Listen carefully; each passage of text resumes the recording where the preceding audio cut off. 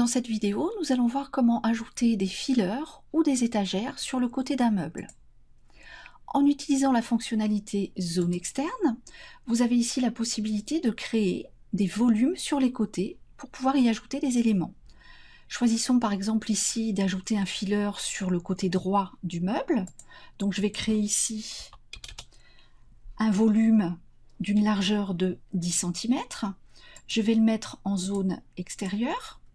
Ça veut dire qu'il ne va pas diminuer la largeur de mon caisson des 10 cm que j'ai créé sur le côté.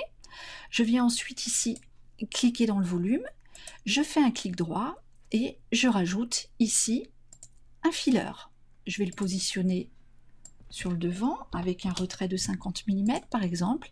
Et donc vous voyez ici que mon fileur s'est positionné. Alors je vais me mettre en filaire pour que ce soit un petit peu plus visible. Mais vous voyez ici en fait que le fileur fait la hauteur de la joue, mais ne fait pas la hauteur totale du caisson. Pour pouvoir avoir le fileur sur la hauteur totale du caisson, vous allez sélectionner ici le caisson et travailler la liaison avec le toit et le socle. Vous allez ici sélectionner rainure pour les deux et vous allez mettre une rainure de l'épaisseur des panneaux, c'est-à-dire 19 mm. Et vous voyez maintenant que mon fileur fait toute la hauteur du caisson. Vous avez aussi la possibilité, alors je vais retourner en arrière pour enlever ce que je viens de faire, donc là vous voyez que je suis revenue ici avec un fileur qui fait uniquement la hauteur de la joue. Vous avez aussi la possibilité de changer l'ordre des priorités des panneaux. Ici donc on a le dessus et le dessous prioritaires par rapport au côté.